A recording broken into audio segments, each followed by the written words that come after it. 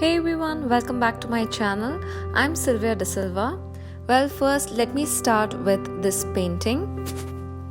I haven't been working with watercolors for a while, and it's all because I've been busy with other things. I've been living in Pune for the last year and a half, and I'm so excited to learn so many new things which I've never had the chance to in the last 10 years because I've been living in villages. And well, I'm continuing my French education. I'm in the intermediate level B2 and I'll be finishing it very soon, and which is why I've been busy with all my exams and stuff. Well, quickly moving on. I've made this painting on Moulin du Roy paper, and if the pronunciation stumps you, it's right in the description below. So I bought this paper at Artists Katta in Pune, and it's a really nice paper. It's 320 GSM and it's really white because most of the watercolor papers that I have bought so far have an off-whitish look to it, and this is white, so I really liked it and it has great quality. It takes very well to several layers. It's so thick and it doesn't warp, and I really enjoyed painting on it. So since I haven't been painting for so long, I feel like I've forgotten watercolor paintings, but I was so excited to get back to it. And I started off with this jellyfish abstract kind of look because that's my style of paintings. I've been making acrylic paintings that look like these so far, but I really liked going ahead with this and attempting something in my style in watercolors. Initially, I decided to make it very detailed and stuff, but then later as I progressed, I decided to turn it into an abstract, and I was just really having fun with it. So most of my best paintings are because I decided to change something suddenly for no reason, and it turned out really nice. So I'm using Camel watercolors, the ones in the tubes, which brings me to the main reason I'm making this video. I had put up a question saying ask me any watercolor questions, and I just got a few questions, but then I went through all the questions everyone's asked me on my channel over the years, and I decided to make a video answering those questions. So here goes. The first question is, which watercolors are better, the student grade or the artist grade? Well, I think the name itself suggests that the artist grade watercolors are definitely better. Just comparing Camel watercolors, I would say the student grade feels very chalky and the artist grade is really smooth and has great pigment. So definitely there is no question, the artist grade watercolors of any brand are definitely better than the student grade. The next most frequently asked question is whether pans are better or tubes are better. Well, this I would say really depends on the person using it. So just taking the example of Camel watercolors again, I feel like the tubes suit me better, but the ones in the pans are equally good. Only thing is I don't like when I mix colors from the pans. I just feel like it's a little bit chalkier than the ones in the tubes. So I usually buy the watercolor tubes by Camel and I fill it up in a palette, allow it to dry, and then use it as a watercolor pan. So this is something of my personal choice. I really feel like it's too much of a hassle removing paint from tubes every single time I'm making a painting. I just like it to be ready in a palette, so that is how I prefer it. The main reason is the chalkiness that I personally feel in the ones in the pans that come ready-made in pans, the Camel artists watercolors that come in pans. So I go for the tubes and set it up in a palette. I also have a video, I will have the link right here so that you can link to it and check out what I mean, and I have explained it in detail over there. But for me, definitely I prefer the tubes and setting up in a palette. The next question is about watercolor papers, what to use. So I would say that I have answered this question very well in a video dedicated solely to watercolor papers, but I would like to repeat it here again since I'm answering queries here. So when it comes to watercolor paper, I usually look for something heavy because I like working in several layers. So I go for 320 GSM, and that is just something, it's my choice. You could go for something a little lighter, 250 GSM maybe. And if you're a beginner, I would definitely say that a thicker paper might help you learn better, but do remember that the thicker paper is slightly expensive. And I would say look for a paper that's archival and acid free and 100% cotton. So if you're doing this professionally, these are the things I watch out for. So the 100% cotton thing and the weight, 320 GSM or 350 GSM, whatever that is.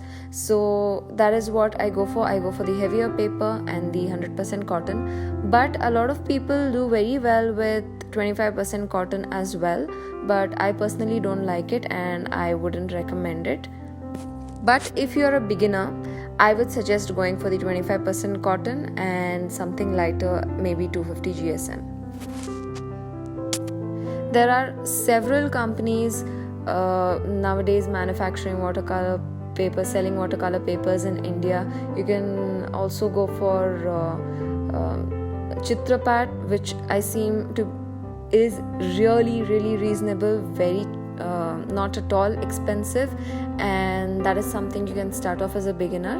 And even as a professional you can use those, but they also have a very rough grain, which is something I don't usually prefer, but for a beginner I would definitely recommend it. Also the Brustro Artists watercolor papers, which you get on Amazon or any other art store, is really good for beginner, the 25% cotton one, because it's slightly cheaper. And if you're not sure you want to go for watercolor as your medium and you're just trying it out, then I definitely recommend it. Go for the 25% cotton Brustro watercolor papers. And there are several others. I don't really like to go into brands because there are certain factors that you look for in a watercolor paper.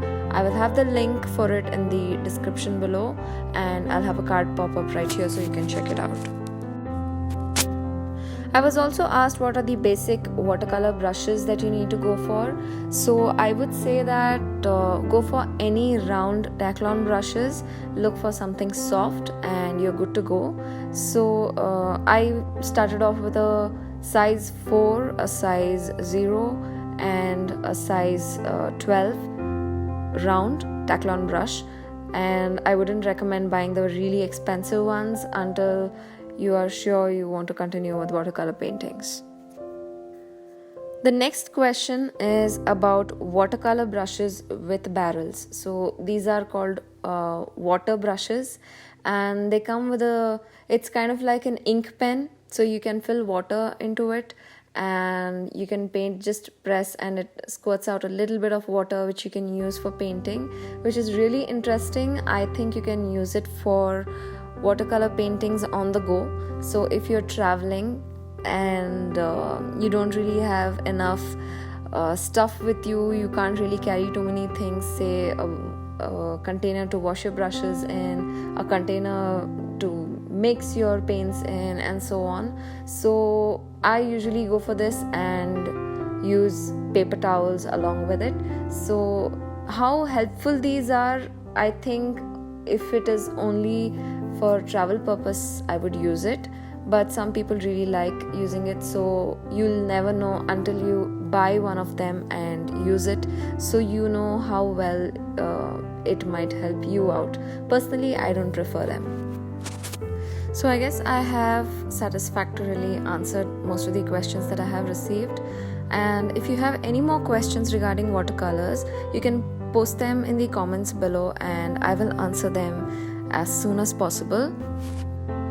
So continuing with what I'm painting right here, you can see how I started off doing this as, you know, a very detailed jellyfish painting, and then slowly turned it into an abstract with a lot of black and red in it. So I really loved the outcome, and it's something that, you know, I was just trying out, and unfortunately I didn't erase the pencil lines enough. It still shows a little bit in the painting, and I will find a way to fix it. Anyway, you can also see a lot of white in there, and that's not easy to do with watercolors. So what I've done is I've used gouache, white gouache, and I found the Winsor & Newton gouache to be quite expensive, so I went for the Schminke one, and it's really good. I really like it, so you might want to check that out. For those of you who don't know what gouache is, it's something in between watercolors and acrylics. So if you really want darker white lines, you know, like very bright white lines, you can buy gouache and add it into your watercolor paintings later on. So let me know what you think of this painting, and I really had fun trying it out. So if anyone tries out similar paintings, do send me the pictures. I keep telling you, but no one, people really say that they want to send me, but they don't really send me paintings. So if you're hesitating for some reason, you don't have any reason to, because you know, you can think of me as a friend, and I'm gonna give you critiques on your paintings, or really I might actually tell you your painting is really great. So if you want that sort of encouragement, do send me pictures of your paintings if you want me to review them, because I have already seen that encouragement goes a really long way when it comes to paintings. If there is someone who's constantly encouraging you, you feel like making more and more paintings. Like when I made this painting, I immediately put it up on Instagram, and I got so many comments on it. So many people appreciated it. I was so excited, and I went ahead and made one more painting. So that is what it takes. You need encouragement. So if you need that from me, you may send me your photos of your paintings and I'll review them. So thank you so much for watching. All my social media sites are linked in the description below. You may check that out. And don't forget to subscribe.